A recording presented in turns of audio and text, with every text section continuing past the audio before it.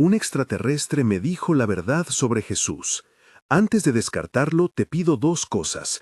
Escucha con la mente abierta y recuerda que esto es el relato de un hombre que sostiene haber visto algo que cambió su vida. Lo que sigue no pretende demoler la fe de nadie, pretende contar cómo una experiencia afirmó, en un hombre, una interpretación que lo llevó a cuestionar todo lo que había enseñado y amado. Si quieres seguir esta investigación, suscríbete para más episodios. Stephen Walsh vivía en una casa pequeña al borde de un bosque en Oregon, donde el viento siempre parecía llevar hojas y papeles por la terraza. Ex profesor de estudios religiosos en una universidad regional, había dejado atrás las aulas después de lo que él denominaba la temporada de preguntas sin respuesta. Años en que sus clases, sus artículos y sus debates no bastaban para calmar una inquietud que crecía como una grieta en el suelo. Se divorció, no por una pelea única, sino por la acumulación de noches en que los manuscritos y las notas lo reemplazaban a él en la cena. Rebecca, su exesposa, se fue llevándose los recuerdos cotidianos y dejándole la costumbre de hablar en voz alta con las paredes de su estudio. En el estudio, las lámparas colgaban bajas, la tinta se secaba en las puntas de los bolígrafos y sobre la mesa un mapa de Jerusalén junto a una guía de códices apócrifos parecían competir por su atención. No era un conspiranoico, era un hombre que había llamado a su trabajo sospecha responsable. Reconocer que algo en la historia del cristianismo, en la transmisión de textos, no terminaba de encajar. Había pasado años comparando variantes textuales, rechazando hipótesis fáciles y acumulando preguntas. ¿Por qué un dicho aparece en una fuente y no en otra? ¿Cómo una imagen de Jesús se convirtió en doctrina excluyente? ¿Qué fuerzas, institucionales, personales, políticas, habían moldeado el cómo se contó la historia? La obsesión lo llevó a coleccionar pistas. Algunas eran evidentes, fragmentos de papiro, referencias marginales en catálogos de monasterios, menciones en cartas poco leídas. Otras eran vagas, como una nota a margen que aludía a una línea perdida en un texto que alguna vez fue recitado en comunidades pequeñas. Entre esas pistas, Stephen anotó nombres que se convertirían en mapas de su obsesión. MS-442TH, un fragmento que según sus búsquedas preliminares aparecía mencionado en inventarios monásticos. Father Anton Khalil, un sacerdote al que había localizado en una correspondencia antigua sobre manuscritos donados a bibliotecas. La referencia a archivos en la Catholic University of Leuven que sugería la existencia de transcripciones no digitalizadas. Anotó esas pistas con la misma mezcla de esperanza y desesperación con que se marca una ruta en una brújula rota. No es exagerado decir que su vida se endureció alrededor de esas referencias. Donde antes hubo clases, ocurrían horas de relectura. Donde antes hubo diálogo en mesas de cafetería, se sentaba solo frente a la luz azulinosa de su lámpara.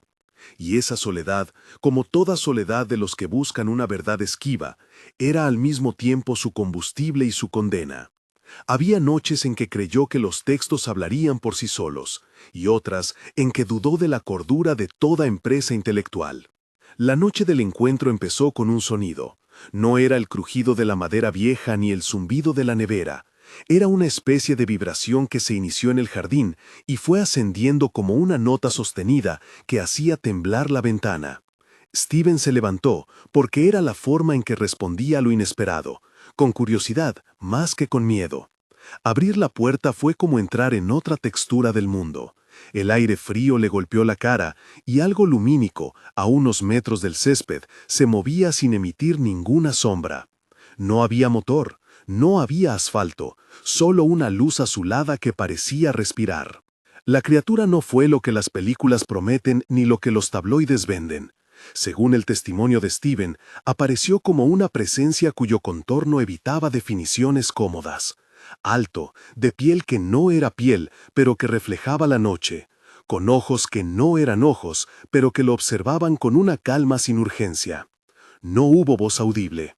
La comunicación, según lo que él reclamó, fue telepática. Una transmisión de imágenes, sentimientos y, sobre todo, frases que no necesitaban ser escuchadas para ser comprendidas. La criatura, cuando Stephen empezó a llamarla así, por falta de un término mejor, ofreció lo inesperado. Puedo mostrarte memorias que no están en tus archivos. Puedo conectarte a huellas que fueron borradas. Esta es la parte donde la narrativa puede parecer más difícil de creer. Es legítimo sentirse incrédulo.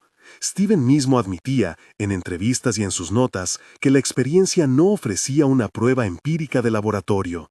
Ofrecía, en cambio, una serie de impresiones tan vívidas que lo obligaron a replantear su vida. Lo que cuenta a partir de ahí lo presentó siempre con matices. Según la visión, reivindicado por mí, no verificado por archivos públicos, repetía en sus grabaciones. Conservaba con celo casi académico la distancia entre lo que vio y lo que pudo cotejar.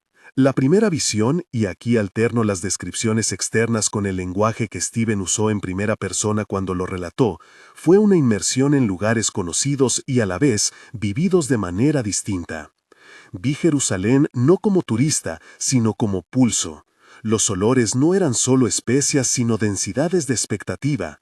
Las calles no eran mapas, sino cuerpos de gente que reaccionaban con un asombro cotidiano ante un hombre que hablaba de un reino. En la visión, Jesús no apareció como una estatua de mármol ni como un telepredicador moderno. Apareció como un hombre de palabras que enseñaba una técnica de encuentro con la fuente, que insistía en que la relación con Dios no era una jerarquía, sino una experiencia habitable en cada corazón. En este relato, la visión reclama que algunas enseñanzas que hoy leemos como parábolas éticas eran, en su origen, instrucciones prácticas para entrar en un estado de conciencia. No digo que los textos no sean también poesía, ni que la comunidad primitiva no tuviera elementos de culto. Digo que, según la experiencia reivindicada por Steven, el núcleo del mensaje era una invitación al empoderamiento interior. El reino está dentro de vosotros, la visión mostró, era un llamado operativo, no una sentencia teológica, sino un procedimiento para percibir la unidad con la fuente. Y aquí es donde la tensión aparece. Si el mensaje primordial empodera a la persona, entonces algunas estructuras que se benefician del control narrativo pueden sentirse amenazadas. La visión desplegó escenas donde la enseñanza provocaba reacciones fuertes. Un pasaje que Steven reclamó ver describía a comunidades enteras experimentando curaciones que parecían ocurrir no por imposición, sino por despertar interno. La gente cambiaba desde adentro y eso alteraba las relaciones sociales. Líderes locales, no identificados por nombre en la visión, sino representados por figuras que entendían el orden social, se vieron desplazados. En palabras de Steven, no fue la cruz la que terminó con su influencia, fue el miedo de perder el control sobre lo que la gente podía hacer por sí misma. Debo reiterarlo, en este relato, la afirmación de que la crucifixión fue un asesinato político y la manera en que la narrativa posterior se transformó son parte de una interpretación reivindicada por la visión. Hay ecos en la historia que hacen verosímil que Jesús fue tanto figura religiosa como factor de cambio social.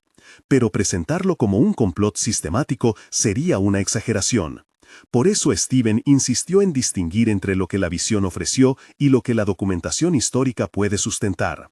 Lo que vi explica por qué algunos textos desaparecieron o fueron editados, decía, pero eso no es una sentencia legal, es una hipótesis que exige investigación. Tras esa primera oleada visual, la criatura le entregó a Steven fragmentos de información que, según su relato, eran rastros verificables, nombres, códigos, rutas de archivo.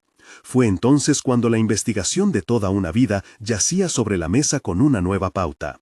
Steven escribió a mano, con letra temblorosa, los términos que habían sido susurrados, MS 442T. Anotó también un nombre completo, Father Anton Jalil. Apuntó la mención de una colección en la Catholic University of Leuven y la posible existencia de una entrada de catálogo que no figuraba en los listados digitales. No eran pruebas, eran pistas, pero pistas concretas. Si solo me hubieran dado una visión emocional, habría vuelto a mi vida, comentó en una de sus grabaciones. Pero esto eran perillas que podía girar en el mundo real. Es importante acá marcar una diferencia.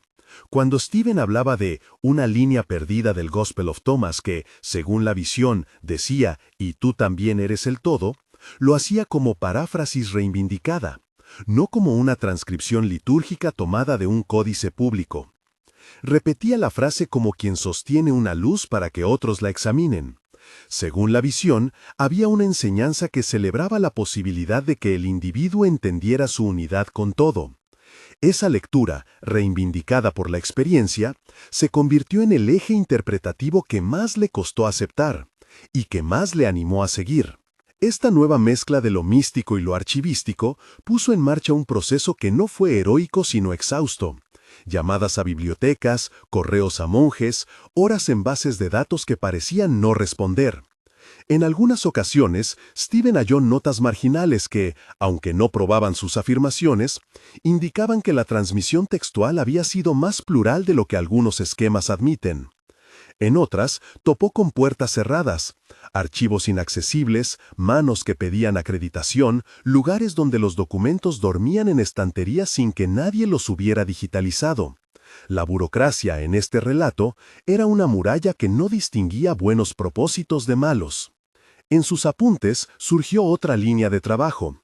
No basta decir que hay distorsión, hay que intentar mapear cómo se produjo.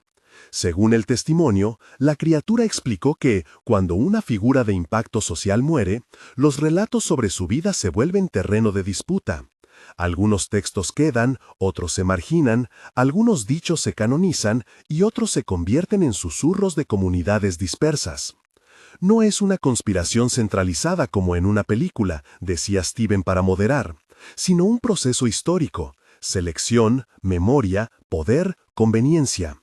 La criatura, en la visión, describió aquello como una especie de ecología narrativa, la que ejercía presión sobre qué se repetía y qué se silenciaba. En mitad de esta mezcla de asombro y trabajo de archivo, la vida personal de Stephen se fracturó de nuevo.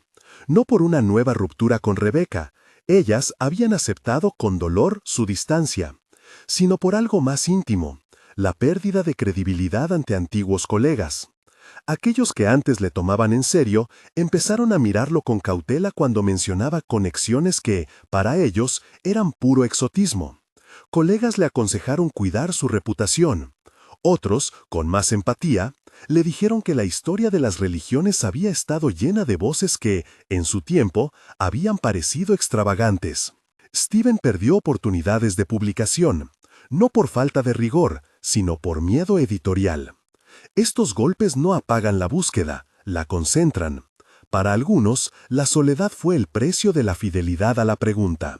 El testimonio de la visión no solo reordenó su carrera, reordenó su ética. Stephen se impuso reglas: no presentar la experiencia como prueba definitiva, marcar toda interpretación como reivindicada, separar siempre el testimonio personal de la evidencia documental. Esto fue crucial cuando decidió, semanas después del encuentro, empezar un blog, Lost Texts, Found Truths. En su primera entrada fue deliberadamente cauteloso.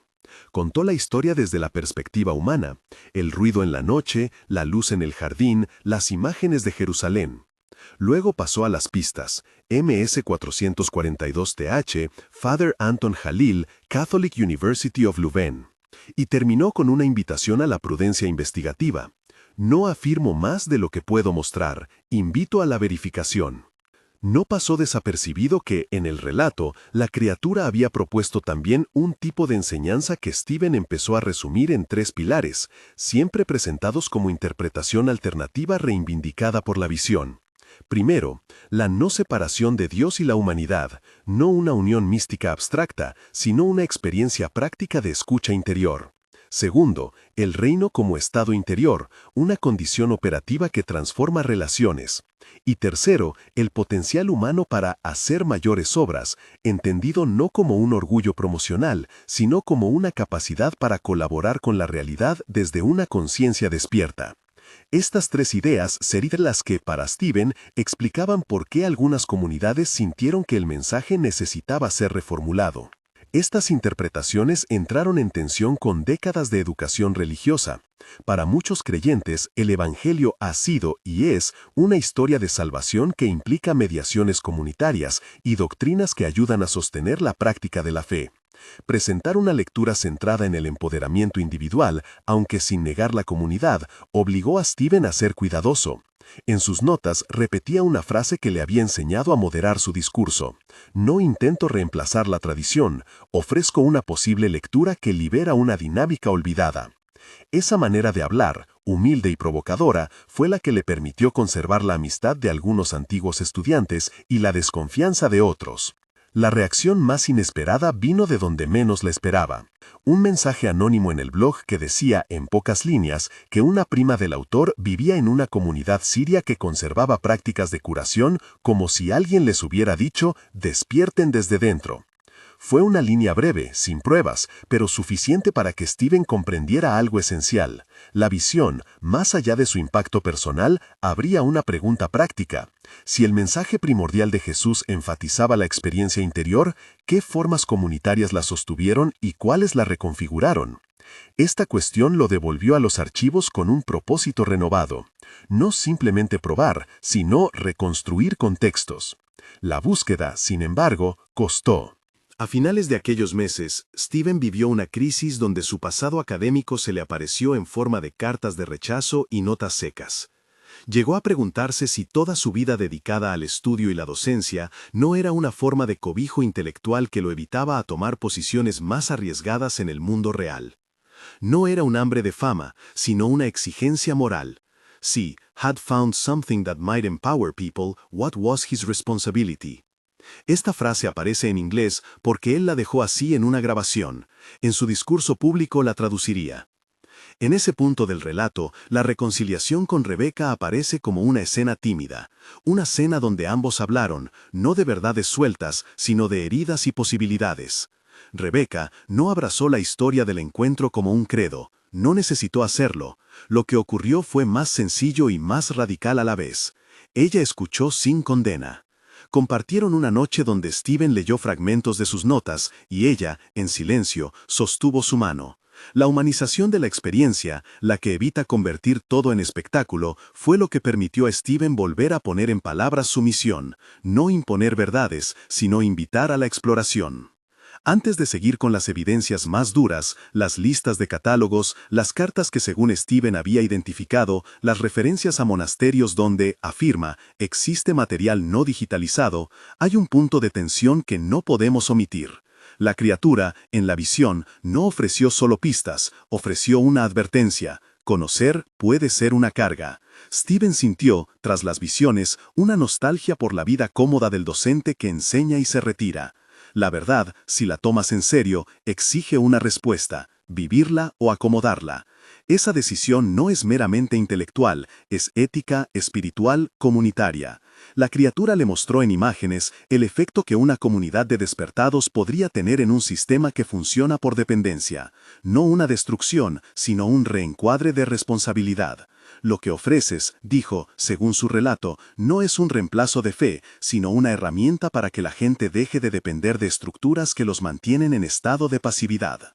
Antes de que Steven comenzara a compilar la sección que él llamaría Evidencia, la que incluye MS42T, la posible pista de Father Anton Khalil y referencias a la Catholic University of Leuven, hubo otra visión menor pero significativa, un pasaje breve del Gospel of Thomas.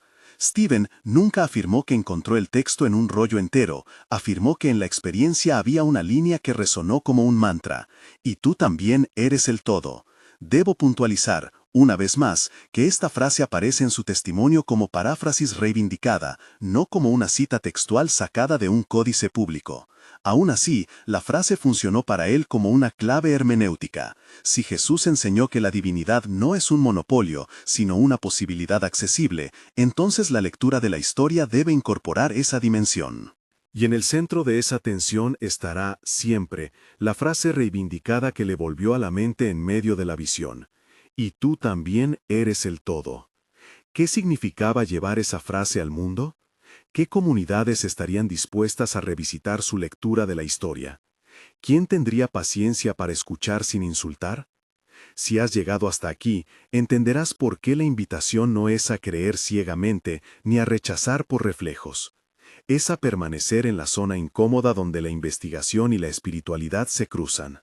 En las partes que siguen, exploraremos las piezas documentales que Steven empezó a reunir y las respuestas, a veces francas y a veces evasivas, que encontró en bibliotecas y monasterios. También veremos cómo su decisión de publicar provocó repercusiones prácticas en su vida y en la de quienes lo rodeaban. Por ahora, la luz azul del jardín es un recuerdo fresco. MS-442TH, una nota clavada en su estudio, y la frase del Thomas, una llave que aún necesita una puerta. A. Testimonio narrativo dramático. La noche en la que Steven clavó en su mesa la hoja con MS-442TH y la frase reivindicada del Thomas, la casa pareció contener el aliento. No fue una resolución inmediata, fue más bien la sensación de que había abierto una puerta que no podía volver a cerrar. Los días siguientes transcurrieron con un ritmo nuevo. Llamadas, correos, caminatas al bosque para ordenar la mente, noches de insomnio donde la libreta se llenaba de trazos enmarañados. Pero la pesquisa pronto dejó de ser solamente su obsesión silenciosa, empezó a manifestarse en encuentros, en conversaciones que no buscaba pero que le encontraban. Un correo inicial llegó de un investigador en Manchester que había visto una entrada truncada en un catálogo digital, y contestó con 2 líneas. ¿Has mirado la ficha de MS-442TH en el índice de colecciones monásticas? Parece una errata, pero hay algo. Esa pequeña luz fue suficiente para que Steven pidiera una licencia breve de su trabajo de consultoría y planeara un viaje corto a Europa. No fue un periplo heroico, fue una logística cansada. Billetes económicos, pedir cartas de presentación y la incómoda sensación de presentarse ante bibliotecarios con una historia que combinaba lo místico y lo académico. En Lovaina, lo que los catálogos en inglés llaman Loven, el archivo de la Universidad Católica era una sucesión de salas silenciosas, mesas largas y archivadores que olían a papel viejo. Steven, según su propio relato, estuvo varias horas frente a un catálogo físico hasta dar con un cuaderno de inventarios donde alguien, en tinta marrón, había apuntado una referencia escueta, MS-442T. Junto a la entrada, una nota al margen decía algo como «Línea errante, ver colección Anton K». No era una prueba concluyente, era una pista que encajaba con lo que él había notado en su estudio oscuro. Lo que más me sorprendió, diría posteriormente, fue la banalidad. Los rastros de lo extraordinario se esconden en notas de archivistas que no imaginan la sacudida que pueden provocar. La búsqueda de Father Anton Khalil se convirtió en un relato paralelo. Steven localizó correspondencia antigua en la que el nombre aparecía. Cartas de un sacerdote que había sido, según las cartas, lector y copista en una pequeña comunidad en Siria y que, en un momento del siglo XX, había enviado fragmentos de colección a varias bibliotecas europeas, por motivos de preservación. Steven envió solicitudes formales a las instituciones que aparecían en correspondencia, fotos de cartas, copias de inventarios, cualquier cosa que mencionara la colección de Anton Khalil. Algunas puertas se abrieron, otras no. En cierto monasterio, un hermano octogenario recibió la petición y, tras varios días, respondió con una nota concisa. No puedo confirmar sin revisar el fondo. Si viene con permiso de su institución, le mostraré el cuaderno de llegadas. Obtener esos permisos fue un proceso lento y muchas veces frustrante. Burocracia, protocolos, tiempos que no se ajustaban a la urgencia interna de Steven. Cuando por fin le permitieron ver un paquete de correspondencia etiquetado como Donaciones K, encontró, entre sobres amarillentos, una hoja mecanografiada con anotaciones marginales en francés. Había referencias a líneas suprimidas en copios locales del Tomás y menciones a prácticas de comunidades que orientaban hacia la autosuficiencia espiritual. No era la frase exacta que Steven había escuchado en la visión, pero sí eran ecos que sostenían una coherencia narrativa. Comunidades que practicaban una forma de despertar interior que no dependía de mediación exclusiva. En la hoja había además una nota a lápiz. Fragmento MS-442TH, ver P3 del inventario. Esa nota lo devolvió a Leuven con una mezcla de alivio y temor. El temor no era solo académico. Durante esos meses, Steven empezó a recibir reacciones diversas, mensajes de apoyo que le conmovían por su ternura y críticas que lo enfrentaban a su propia reputación. Un par de colegas le dijeron en privado que debía dejar de mezclar testimonios místicos con trabajos académicos si quería seguir publicando. Un editor le pidió recortes y documentación más sólida antes de siquiera considerar un artículo. No era malicia, era la lógica del campo. Aún así, en una sola tarde, una mujer le escribió desde Brasil un mensaje que dejó sin firma: «Mi abuela me enseñó a curar en la cocina. Si quieres, te doy su dirección». Esa mezcla, cartas anónimas de cuidado y saludos fríos de puertas cerradas, creó en Steven la comprensión de que su proyecto no podía sostenerse solo en defensa propia, necesitaba construir puentes humanos. La escena con Rebecca en ese punto fue clave. No se trató de un retorno dramático, fue una conversación lenta en torno a un plato compartido, con la televisión apagada y los teléfonos lejos. Rebecca escuchó la historia una vez más.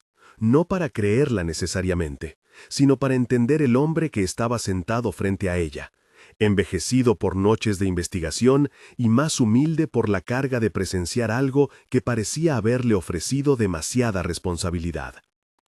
«¿Qué harás con esto, Steven?», preguntó ella finalmente. No hubo respuestas proféticas, hubo una decisión práctica: documentar, ser transparente y no usar la palabra verdad sin añadir «según el testimonio» cuando fuera necesario. El blog Lost Texts Found Truths empezó a tomar forma con posts que alternaban lo narrativo y lo archivístico. En una entrada publicó la transcripción de la carta que mencionaba a Father Anton Jalil, marcando explícitamente: «según documento en archivo X, ver imagen escaneada, permiso otorgado», junto a su relato de la noche luminosa, marcado «según el testimonio de Steven». En otra, compartió imágenes del cuaderno de inventarios de Louvain donde se veía la abreviatura MS-442-C. No presentó afirmaciones concluyentes, presentó preguntas con huellas. Y poco a poco, la respuesta fue un mosaico. Algunos investigadores menores comenzaron a enviar observaciones. Usuarios le mandaron testimonios personales sobre tradiciones de curación. Y un par de monjes le ofrecieron citas de inventarios internos que corroboraban la existencia de materiales no digitalizados. No todo fue avance. Un editor académico escribió un artículo mordaz donde ridiculizaba la idea de alienígenas como archivistas cósmicos. Steven lo tomó con tristeza, no por la crítica, sino porque el artículo cerraba la puerta a cualquier diálogo serio sobre la experiencia mística en el estudio de la tradición. En respuesta, Steven publicó una entrada donde nuevamente insistió en la diferencia entre lo que él había visto en la visión y lo que los archivos podían validar. Su lema volvió a ser la cautela. Si la revelación existiera, no pretendemos probarla con titulares, pretendemos reconstruir su huella. Esa moderación le devolvió cierto respeto en círculos honestos, aunque no le evitó la sensación, a veces agobiante, de ser señalado por unos y cuestionado por otros. Fue en una de esas semanas densas que una carta llegó de un monasterio en el Líbano. Un hermano mayor, respondiendo a una solicitud de revisión, envió una copia parcial de un inventario donde aparecía, de forma abreviada, la referencia a MS-442-C, Cont, line effacé, línea borrada. La imagen no era legible en su totalidad, se veía un borde quemado y una nota en márgenes que no se entendía. Steven la imprimió y la sostuvo con manos que temblaban. No porque aquello certificara la visión, sino porque constituía la clase de pruebas que un investigador responsable debía mostrar a quien preguntara. Tenía rastros, no certezas, y en esos rastros residía la fuerza de su proyecto, la posibilidad de investigar sin reducir la experiencia a una simple anécdota. B. Sección de evidencia con referencias, según el relato reivindicado por Steven. Aquí presento, tal como Steven las compiló y marcó en su blog, las piezas que él consideró verificables o al menos localizables para otros investigadores. Todas las entradas que siguen están acompañadas en su archivo con la aclaración, según el testimonio, en proceso de verificación.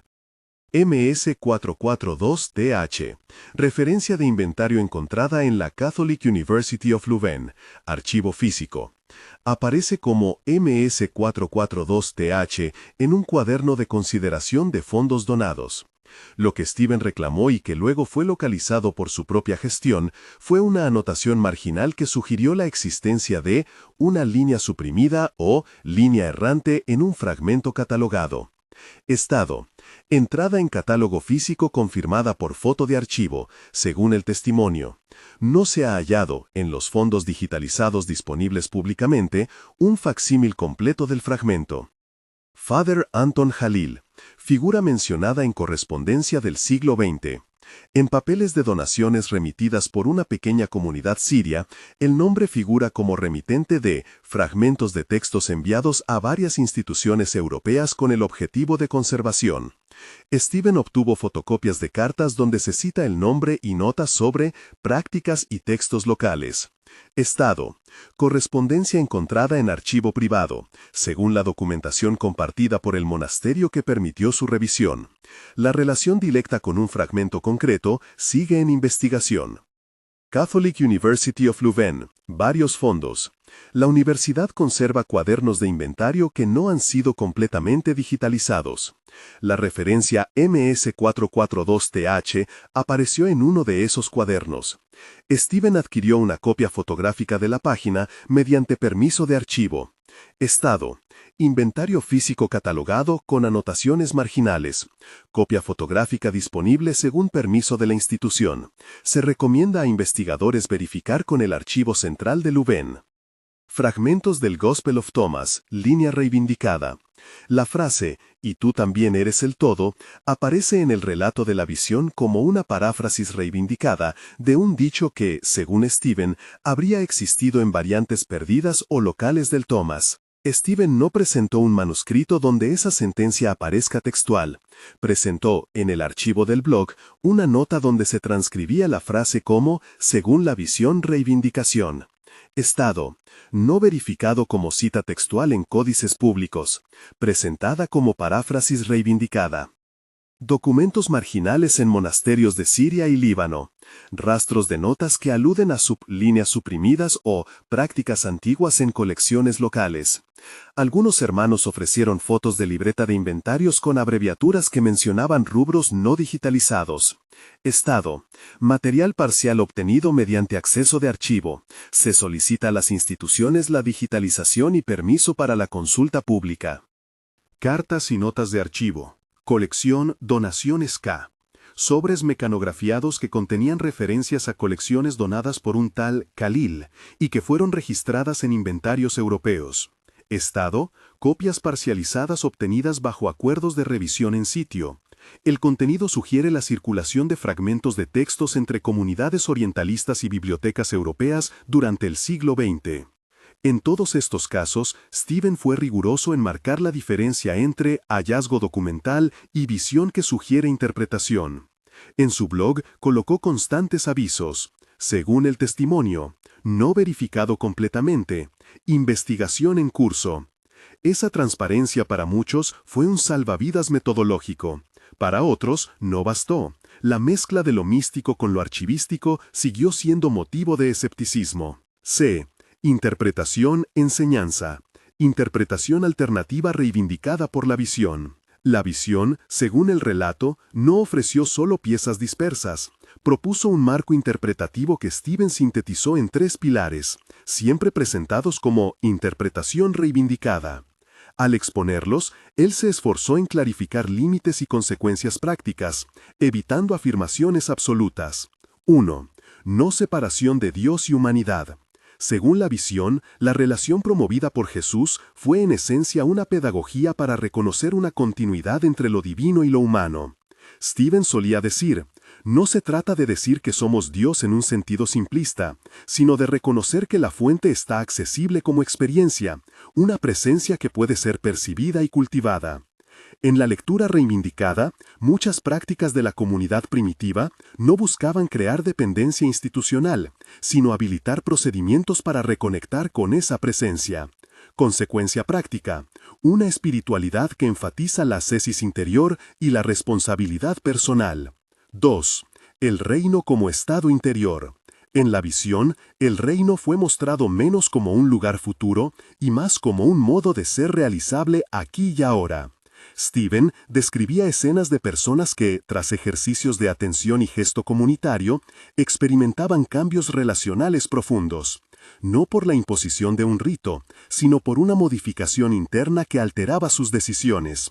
Esta lectura reclama que ciertas parábolas, lejos de ser solo metáforas éticas, eran instrucciones operativas para alterar la percepción y con ello la convivencia. Consecuencia práctica, modos de oración y práctica que subrayen la interioridad y la transformación social derivada de personas que actúan desde esa base. 3. Potencial humano para hacer mayores obras. Esta formulación requiere cuidado. No es una llamada a un triunfalismo espiritual, sino a la idea de colaboración. Según la visión, Jesús habló de capacidades humanas para cooperar con la realidad desde una conciencia despierta. Pero Stephen insistía en que mayores obras no implicaba dominio sobre los demás, sino la posibilidad de participar en la curación, la reconciliación y la creación, de modo que la vida cotidiana se vuelva campo de servicio y no de control. Consecuencia práctica: fomento de comunidades que practican la solidaridad creativa, enseñan prácticas de atención y sostienen proyectos que devuelven agencia a individuos y grupos. Al presentar estas interpretaciones, Stephen se esforzaba en ubicar contrastes y convergencias con la tradición. No buscaba derribar la fe de nadie, proponía, más bien, ampliar el espectro hermenéutico. Reconocía, con honradez, que la historia de la Iglesia ha ofrecido mediaciones que han sostenido comunidades en tiempos de persecución y escasez. Lo que la visión reivindicada cuestionaba era el abuso potencial de esas mediaciones cuando se transformaron en mecanismo de dependencia. En sus encuentros públicos, pequeñas charlas en bibliotecas locales, foros universitarios, reuniones en cafés, Stephen intentó presentar esto con pedagogía, explicar la diferencia entre autoridad legítima que guía y autoridad que monopoliza. Cuando se acercaba a creyentes que se sentían amenazados por la interpretación, su tono cambiaba. No digo que toda tradición deba desaparecer, repetía, sino que merecemos mejores herramientas para discernir cuándo una costumbre fortalece y cuándo atenaza. La visión además introdujo un concepto que no era estrictamente teológico, pero que Stephen reconocía como central para entender la dinámica: la frecuencia de conciencia. La criatura, según relató, mostró la idea de que los estados de atención y apertura conforman una especie de campo relacional. Cuando muchas personas sostienen una práctica de presencia, emergen patrones sociales distintos. No es palabra técnica, es una metáfora que sirve para hablar de cómo las prácticas espirituales pueden transformar redes sociales. Stephen evitó el uso de tecnicismos New Age sin fundamento y prefería hablar de patrones de atención, hábitos de presencia y formas de sostener la apertura colectiva. D. Implicaciones contemporáneas y estrategias prácticas, vivir la verdad y construir comunidad con humildad. La narrativa no concluyó en la abstracción. Stephen, con la exigencia de alguien que ha visto algo que le puso obligaciones morales, tradujo su interpretación en prácticas concretas, que se volvieron el núcleo de su trabajo comunitario y educativo. Estas estrategias, que compartió en talleres modestos y en su blog, estaban pensadas para ser accesibles, verificables en la experiencia y respetuosas de la diversidad de creyentes. Entre ellas: 1. Prácticas de presencia y autoinvestigación, ejercicios breves que cualquier persona puede incorporar. Stephen proponía rutinas de 10-15 minutos diarias que incluían respiración atenta, lectura lenta de un breve dicho, por ejemplo, una línea del Thomas reivindicada como práctica, marcada como según la visión, y un momento de acción concreta en el día para testear la práctica, una llamada de perdón, un gesto de servicio. La idea no era prometer resultados milagrosos, sino ofrecer una metodología para comprobar si el reino como estado interior tenía efectos en la vida. 2. Grupos de estudio-acción. Comunidades locales pequeñas, entre 6 y 12 personas, donde se combinara lectura crítica de textos, canónicos y apócrifos, prácticas contemplativas sencillas y proyectos sociales. Cada grupo debía tener reglas de humildad. No imponer conclusiones, marcar todo como según el testimonio, según el documento, y priorizar la escucha. Steven enseñaba cómo leer variantes textuales sin caer en dogmatismos, comparar, consultar fuentes y reconocer las lagunas. 3. Archivo participativo. La iniciativa del blog evolucionó a una plataforma donde los seguidores podían subir fotos de pistas locales, inventarios, notas marginales, testimonios de abuelas que conservaban prácticas de curación. Steven la llamó Archivo Vivo, con dos principios. El primero, la verificación colaborativa. El segundo, la protección de fuentes vulnerables, no publicar nombres de personas en riesgo sin consentimiento. La plataforma funcionó como un puente entre lo académico y lo popular, y en muchos casos permitió que documentos olvidados fueran identificados por investigadores con más recursos. 4. Enseñanza de un lenguaje responsable sobre revelaciones. Steven insistía en que cuando se relata algo extraordinario, se deben usar marcadores claros, según el testimonio, reivindicado, no verificado. Este hábito de lenguaje fue parte de su ética comunicativa, una manera de respetar a quienes reciben la noticia y a quienes figuran en los archivos. 5. Creación de espacios de reconciliación. La experiencia con Rebecca le enseñó a Steven que la verdad transformadora puede romper vínculos si no hay cuidado humano. Por eso promovió retiros cortos orientados a la escucha. Parejas, familias y comunidades podían acudir a días de conversación donde se practicaba la escucha sin juicio, la lectura compartida y ejercicios simbólicos de reparación cuando fueran necesarios. No son soluciones instantáneas, reconocía Steven, son prácticas que sostienen procesos de reconstrucción. 6. Formación en alfabetización textual básica. Muchos documentos que Steven encontró eran inaccesibles por falta de habilidades técnicas. Enseñó mini cursos sobre cómo leer inventarios, cómo solicitar permisos y cómo trabajar con archivos sin dañar material frágil. Esto permitió que seguidores y colegas se convirtieran en colaboradores respetuosos en la búsqueda. 7. Transparencia radical en publicaciones. Cada post, cada charla, incluía un anexo con la lista de evidencias, el estado de verificación y las invitaciones a colaborar. La intención fue evitar el efecto sensacionalista y promover la investigación responsable. La aplicación práctica de estas estrategias produjo efectos palpables y también desafíos. Un grupo de estudio en Portland, por ejemplo, comenzó a practicar ejercicios de atención y a sostener un huerto comunitario. Pequeñas transformaciones en hábitos que luego se tradujeron en mejor organización vecinal y en relaciones más cuidadosas. Otro testimonio vino de una comunidad en Antioquia, cuyos miembros describieron prácticas de curación transmitidas oralmente que coincidían con hábitos de autoempoderamiento. Estas resonancias no probaron la visión, pero sí confirmaron la utilidad práctica de algunas de sus conclusiones. Cuando las personas practican la autorresponsabilidad espiritual, cambian sus redes sociales, relaciones institucionales y límites morales. No faltaron tensiones con estructuras eclesiales y académicas. Algunas comunidades temían la disolución de su autoridad, otras miraron con curiosidad. Steven optó por el diálogo, no por la confrontación. En sus interacciones con oficiales de congregaciones, mantuvo un lenguaje de respeto.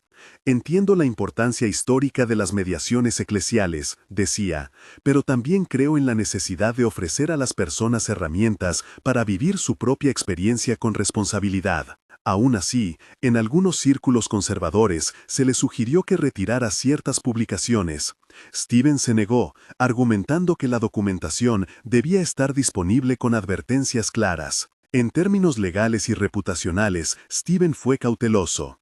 Nunca acusó públicamente a una institución por una supuesta manipulación del mensaje. En su lugar, propuso hipótesis verificables y ofreció caminos de investigación. Esa prudencia fue parte de su ética pública. No usar la revelación como herramienta de demolición, sino como invitación a la investigación conjunta. Transformación personal y comunitaria, reconciliación y misión. Con el tiempo, la vida de Steven empezó a encontrar ritmos menos erráticos. El blog se transformó en una plataforma de encuentro. El pequeño círculo de colaboradores en Europa y Medio Oriente compartía hallazgos. La reconciliación con Rebecca se fortaleció en un vínculo basado en la escucha y el respeto por los límites. En una reunión en la que ambos participaron como oyentes, en un taller sobre lectura responsable de textos antiguos, ella dijo públicamente: "No tengo que creer todo, pero respeto la exigencia con la que Stephen busca hacerlo bien". Fue un momento sencillo y redentor. La vida cotidiana no se arregla con revelaciones, se reconstruye con gestos continuos. La comunidad que se formó alrededor de Lost Texts Found Truths no era homogénea. Había académicos cautelosos, creyentes tradicionales interesados, personas que buscaban prácticas espirituales y curiosos genuinos. Esa diversidad, lejos de debilitar la tarea, la reforzó. Los hallazgos archivísticos mejoraban gracias a ojos expertos. Las prácticas de atención se enriquecían con tradiciones vivas, y la conversación pública se hacía menos polarizada. Puntos críticos de autocrítica. Stephen no fue ingenuo. En su propio archivo dejó también una sección titulada Errores y lecciones, donde narró tropiezos. Una publicación precipitada que mezcló demasiado la visión con una carta sin permiso. Una entrevista en la que, agotado, habló con ligereza y fue mal interpretado. La tentación momentánea de buscar notoriedad. Cada error se acompañaba de una rectificación pública y de medidas prácticas. Pedir disculpas a quienes se sintieron expuestos, retirar material sensible y reforzar los protocolos de protección de fuentes. Ese ejercicio de autocrítica consolidó su credibilidad entre quienes valoran la honestidad intelectual. La llegada de testimonios personales. Una de las consecuencias más inesperadas fue la llegada de testimonios de personas que, sin relación con la investigación académica, describieron experiencias personales que resonaban con la interpretación reivindicada. Abuelas que practicaban curaciones en el marco de familias, ancianos que hablaban de prácticas de presencia transmitidas oralmente, comunidades rurales con ritos que enfatizaban la responsabilidad personal. Stephen archivó estos testimonios con extremo cuidado, pidiendo consentimiento, anonimato si era necesario y marcándolos como evidencia de práctica, no como confirmación de la visión. Un caso en particular le quedó grabado. Una mujer de una comunidad siria que en una carta enviada a través de intermediarios describió una práctica de silencio comunitario que se mantenía en su pueblo para resolver disputas. No decía nada sobre extraterrestres, hablaba de una técnica concreta. La comunidad se reunía, leía un dicho y luego pasaba un día sin hablar salvo para actos necesarios. Al día siguiente, las decisiones se tomaban con otra temperancia.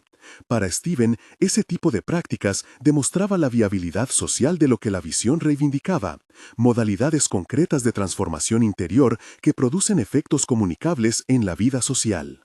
Efectos personales, pérdida, compromiso y una nueva ética de enseñanza. Pese a los avances, la búsqueda le costó amigos, oportunidades y la cómoda neutralidad académica, pero también le dio una nueva ética de enseñanza. No se trataba de impartir verdades impositivas, sino de enseñar a investigar, a experimentar y a vivir con humildad los resultados. En cursos y talleres, Stephen desarrolló una pedagogía que combinaba lectura crítica, prácticas de autoobservación y proyectos comunitarios pequeños y verificables. En lo personal, la transformación fue menos dramática que persistente. La manera de cultivar relación con Rebecca, la forma en la que trataba con estudiantes y la manera en que organizaba su tiempo. Donde antes había prisa por resultados, ahora había paciencia por la constelación de evidencias y por el cuidado de las personas implicadas. Cierre aspiracional, una invitación a despertar con humildad. La historia de Stephen no es una proclama ni un diagnóstico definitivo de la historia de Jesús.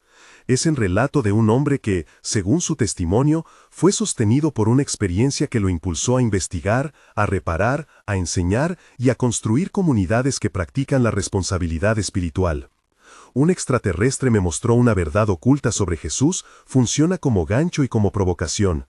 La intención no es forzar a nadie a aceptar una conclusión, sino activar una pregunta. ¿Qué hacemos con la posibilidad de que ciertos aspectos de la transmisión hayan sido marginados y qué responsabilidad asumimos ante la experiencia personal de revelación? Las implicaciones prácticas que Stephen proponen no piden renunciar a la tradición. Piden, en cambio, ejercitar una hermenéutica más amplia, leer los textos con rigor, honrar las prácticas comunitarias que sostienen a las personas y fomentar métodos que permitan que el individuo experimente una relación vivida con la fuente. Su llamado final es a construir comunidades pequeñas y responsables, a investigar con disciplina y a comunicar con humildad. El camino no está exento de riesgos, la sobreinterpretación, la arrogancia investigativa y la tentación de convertir la experiencia en ideología son peligros reales. Stephen lo sabía y por eso su legado provisional insistió en un método: documentar, marcar, dialogar, practicar y rectificar. No hay, en su propuesta, un atajo mágico. Hay un laberinto de trabajo lento que respeta tanto la tradición como la posibilidad de nuevas lecturas. Al final, la pregunta que él dejó sobre la mesa fue simple y difícil. Si lo que la visión reivindicó fuera parcialmente cierto, ¿qué formas de vida deberíamos transformar para que el reino interior deje de ser solo una promesa y se convierta en práctica compartida? La respuesta no es única, depende del lugar, de la comunidad y de la capacidad de ejercer humildad investigativa. Hay una escena que resume su itinerario. Stephen, ya con el blog robustecido por colaboradores, en una pequeña sala comunitaria donde 12 personas se reúnen semanalmente. Se lee un pasaje, se practica un ejercicio de silencio de 10 minutos, alguien cuenta una experiencia de reconciliación, otro comparte un hallazgo de archivo. No hay discursos triunfales, solo trabajo compartido. Esa escena, repetida en distintas ciudades y pueblos, fue la forma en la que la revelación, literal o simbólica, encontró su concreción más compatible con la ética que Stephen promovía. Si has seguido esta historia hasta aquí, la invitación final es doble. Primero, examinar con espíritu crítico cualquier afirmación extraordinaria. Segundo, practicar con constancia pequeñas disciplinas que permitan poner a prueba en la propia vida las interpretaciones que parecen prometedoras. No se trata de sustituir la fe de nadie, se trata de ofrecer herramientas para que cada persona evalúe, experimente y elija con responsabilidad. Comparte en los comentarios si alguna vez sentiste que una experiencia o un dato te hizo replantear algo que dabas por sentado. Suscríbete si quieres seguir esta investigación y acompañar el proceso con prudencia, curiosidad y respeto.